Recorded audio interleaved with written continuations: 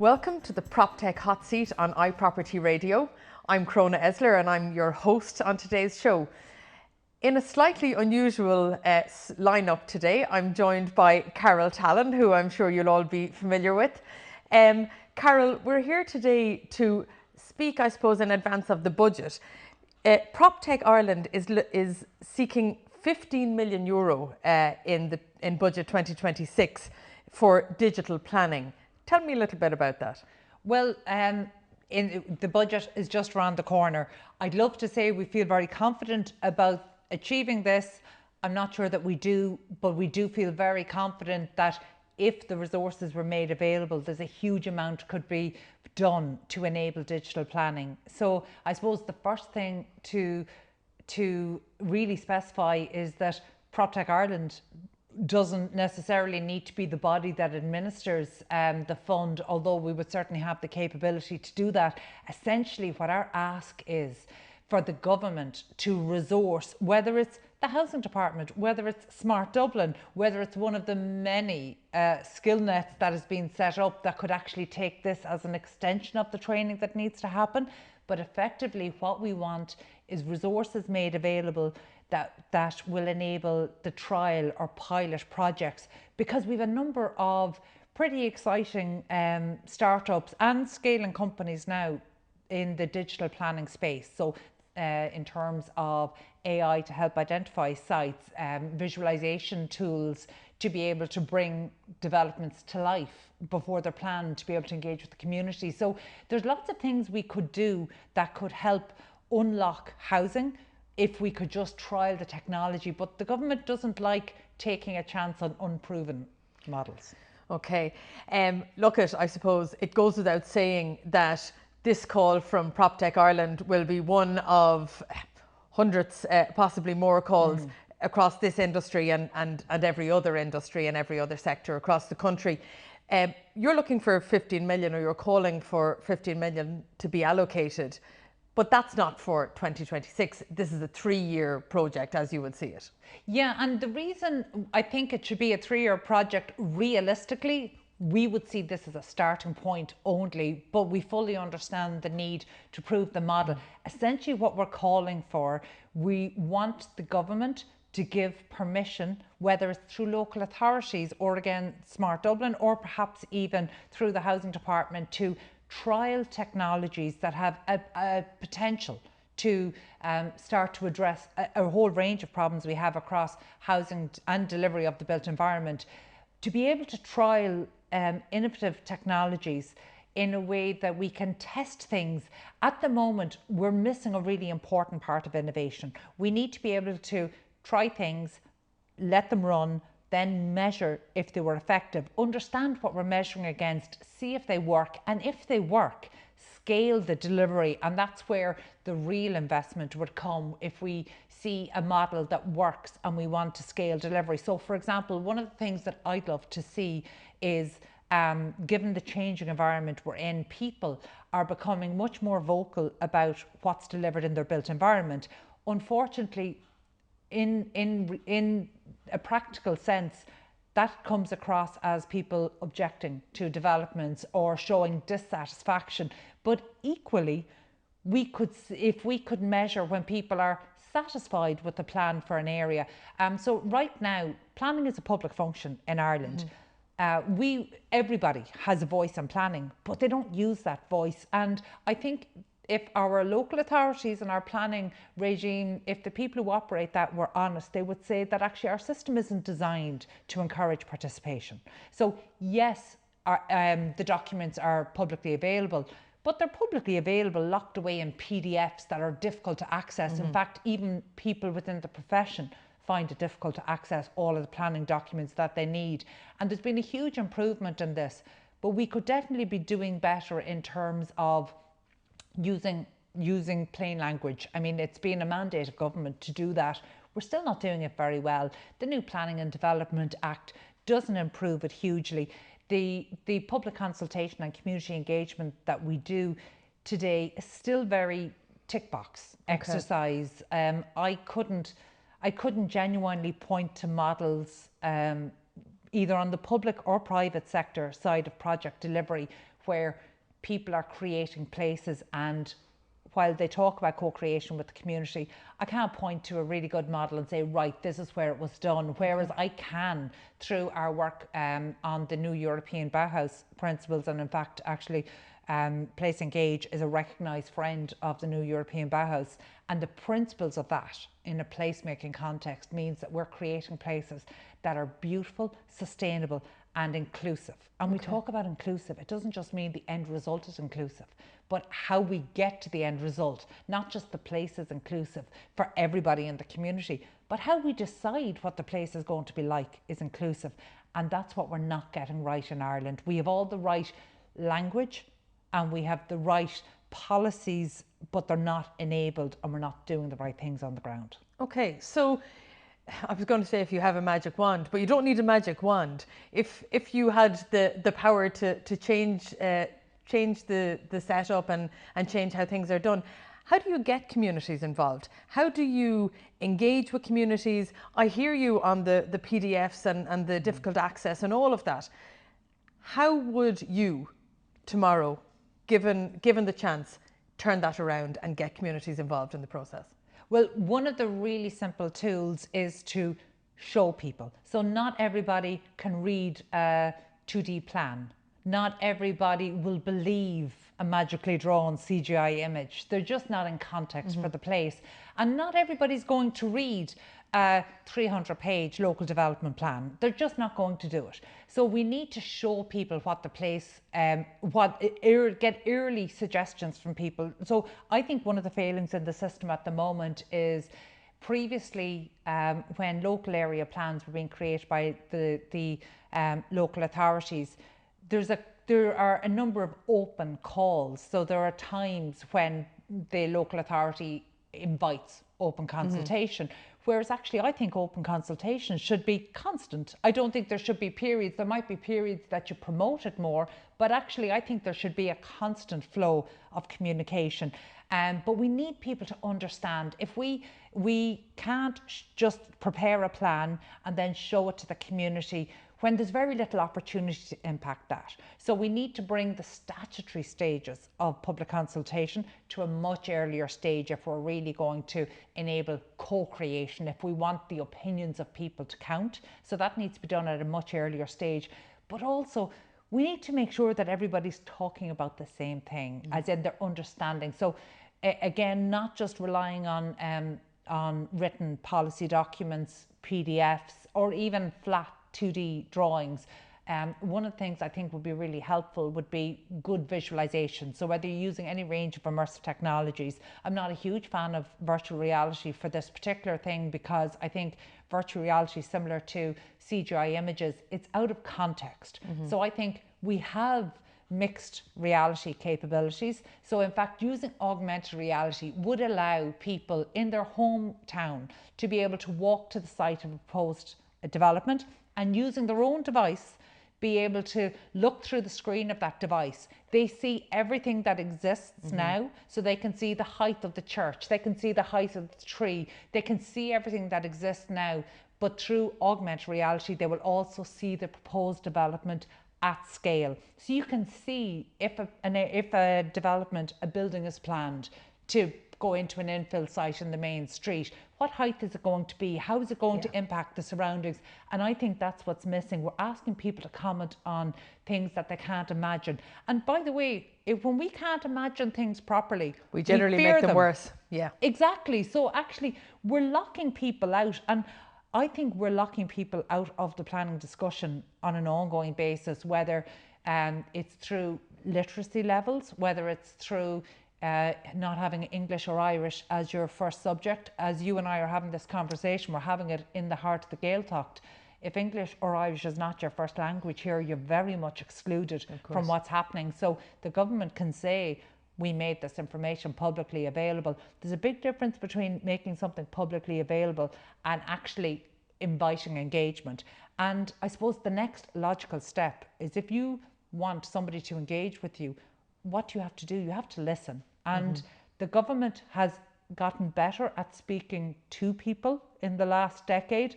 I don't think it's gotten much better at listening. There's very little listening happening, whether it's across social listening, as in understanding what's being said digitally, or offline indeed. But the government doesn't have a good mechanism for listening, which means sometimes, and it's very obvious through the policies that emerge, it's very obvious that we don't have a good system of reading the room at a national level. Yeah. We're not socially listening. So then suddenly we're surprised when the reaction to policies is not what the government thought it would be. Okay. So look at it, in enhancing engagement, I suppose, to put a title on it, overall, is one part of where you would see this 15 million euro spent. Something else you're talking about is unlocking sites and using digital tools to activate small and underused plots. Talk to me a little bit about that. That's a really interesting one. There's a couple of AI companies in Ireland at the moment working on this. And in fact, there's a good AI company, an Irish company, working internationally on this, because actually they couldn't find a market for their particular solution in Ireland, but they're actually working across the Nordic countries, identifying sites for solar and renewable farms. Okay. But bringing it back to a residential objective here, because right now our objective is on unlocking the delivery of homes, because we see that's where the most critical need is. Right now there are tools that, using our current planning framework, would be able to scan areas for identifiable opportunity sites. And in fact, this is already happening to quite good success across the UK. And in fact, in recent months, we had the opportunity to speak to Bridget Wilkins from the UK's Housing Department on the Proptech lead there. And in fact, she was talking us through some of the case studies they've done. And over there, and this is very much a model that we'd love to see adopted in Ireland. So over there, the Housing Department, the Department of Levelling Up, in terms of delivering houses, opened a trial, and across 70 different local authorities piloted about 120 different Proptech solutions. And of those, just isolating one London borough, using an AI solution applied against the planning framework there, they were able to identify 5,000 potential development sites. Wow. Now, obviously, they were of varying sizes, yeah. But 5,000 in one London borough. So even if a tiny percentage of those was development ready, it would be a really good way to unlock housing. And in fact, we could do that very easily in Ireland. Where I see the opportunity would be where the new Planning and Development Act is introducing UDZs. We're going to start to see, they're the urban development zones. We're going to start to see, in fact, the stage we're at right now is that the Housing Minister has asked the local authorities to all identify potential UDZs in their local authorities. Once they have been identified, it's unclear yet whether the stages that the local authorities will prioritise how to move forward in terms of which sites are most suitable for UDZs, or whether the Housing Minister will dictate that. We just don't know yet. Yeah. What we do know is that once they've been identified and mapped out, that will be quite a radical new way to plan areas. So instead of having developer-led planning, which by the way doesn't suit developers, the risk is huge. Yeah. We will see something more akin to plan-led development, which would make it very easy for AI solutions to be able to map the areas, map the potential opportunities. So what would be serviceable and serviced ready sites. And we could see, by de-risking planning, using a whole range of digital tools, by de-risking planning, we could speed up the delivery of homes. You know, one of the most important things around the new urban development zones is that we will see the public consultation and the community engagement element happen at a much earlier stage. And that's a really fair thing to do, because it means the community can contribute at an early enough stage. They can share their views, because there's a placemaking principle that shows the community knows best. So by bringing them in at an early stage, they're actually able to impact what this looks like. But the most important thing from a delivery point of view is that once that plan has been agreed between the local authority and the people, then those sites it is known what is going to happen with those sites. So we turn into this plan-led development where planner or developers, private sector developers can come in. They know what can be delivered on each of these sites. They know what they can do, so they can actually plan a development that will be viable to deliver without risking that it's going to be derailed with a judicial review application or objections, because it is clear a decade out, this is what we are planning for the area, this is what we've agreed as a community, so this is what's going to happen. It could genuinely transform how we're planning places in Ireland. Okay. And look, the zones like this exist all over the country and you know, quite possibly in every town and village and city in Ireland. Well, the plan is that they will in urban areas and large towns. But something else that exists, sadly, across every town and every city and every village are derelict houses and derelict sites. Is there any way that technology could be used to kind of tackle this dereliction? Do you know, it's already starting to happen. And in fact, I spoke with an architecture firm who have come into Ireland, HLM Architects, and they're doing some really interesting publicly available information. They're talking about retrofit master planning. So they're talking about going into these areas where there might be a high degree of dereliction, and they have actually designed a technology, a platform there that is able to identify that, to identify not just the levels of dereliction, but actually they're able to scenario plan what would be the best use of those, whether it's for public or private sector development, what would be the best outcome for the place. So actually our placemaking tools have moved on hugely. We're seeing master planning coming in.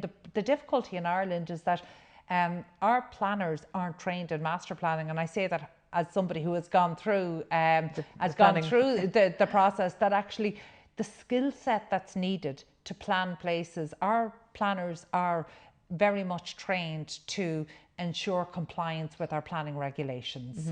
We have forward planning. It's almost moved into a different discipline, and in fact the skill set that we're missing, because we just didn't do a huge amount of it in Ireland. We have very few urbanist firms, architecture firms and planners in Ireland. So we're missing a skill set around master planning. So actually a lot of that is going to be brought in from international professionals who are going to be bringing international experience. And that's exactly what we need in Ireland right now. I think sometimes in the area of how do we tackle planning and how do we tackle housing delivery, we rely too much on what we call expertise, but that expertise might not be relevant. So actually right now we're almost, you know, we're certainly moving away from even the language of expertise into experience. What have you done? Where has this worked in other countries? Show us the examples. And in fact, that's exactly how the UDZs came into place. We saw that actually our policymakers visited cities, particularly across the Nordics, where this approach has worked. They visited the areas, they saw how it worked, they saw the plans, and they also saw the plans for a decade into the future. And that's how they know this is a model that could work to accelerate the delivery, not just of housing, but of vital infrastructure, of schools, of education. But it is going to require a level of master planning and design experience that we just don't have in Ireland. So actually, in one way, it's quite exciting to see that international influence coming into Ireland, but we probably needed to come into Ireland at a bit more scale. Okay. I suppose what we've chatted about here, Carol, in the last few minutes, it's really just a slice of, you know, some of the suggestions, some of the proposals. If you had, you know, and everybody is going to try to be in the ear of the minister, but if you had it right now, you know, what would the big message be? Like, what's your big push on put this money into this area, and you know, let's turn it around. What's your big call? My big call is to bring it back to a much more basic level. The technology is an enabler. But what we need to happen is we need the government to trust the people who are living in these places, because they know what works, they know what is needed. They need help, surely, but they know. So actually what I want the government to do is listen. I think if the community listened to the communities, They would learn more about what a place needs. They'd understand the objections that people have to certain types of development, and then they would see how to enable development. I'm very concerned about the future of rural Ireland. Even under our National Development Plan, Ireland is not being rural proofed. The rural proofing in Ireland is simply not being done to the extent it needs to be. We have a national development plan that, in a country that currently has 36% of the population living in rural Ireland, we're only looking and seeing a pipeline of housing allocation. So we have to assume infrastructure allocation at about 20%, which means we are systematically draining rural Ireland of the housing, the financial capital, the social capital that it needs to be able to thrive for the next generation. And that is systematic, as in our policy is not enabling a future for rural Ireland. I live in rural Ireland. I want there to be a future in rural Ireland. The people who work on our team, the people who work in our office, the people who work with us, they need to see a future for themselves in rural Ireland. So actually what I'd like to see, I think the easiest win the government could make would be to listen, and those mechanisms. So whether you use immersive technologies, digital social listening, which is something we're a huge fan on, it doesn't have to be, the technology doesn't have to be incredibly sophisticated. Yes, use AI, yes, use the immersive technologies that are available, but at a push, even use those simple emojis that you see coming through Dublin Airport, where you have your 4 emoji buttons. Yes. You've got happy, sad, and somewhere in between. Even use something that's simple to gauge community sentiment. But the easiest win that the government could do right now is to listen to the community, because they will show us the way to help develop their places. Great, Carol. Listening and engagement, it couldn't be simpler. Yes, we'd love to see a 15 million euro fund in the budget for digital planning, but at the very least asking the government to listen and to engage with people on the ground who know what they're talking about. So great to have you on the other side of the table in the Proptech Hot Seat today. Thank you so much for taking time to take us through some of those proposals. And thank you so much for tuning in to today's episode of the Proptech Hot Seat on iProperty Radio.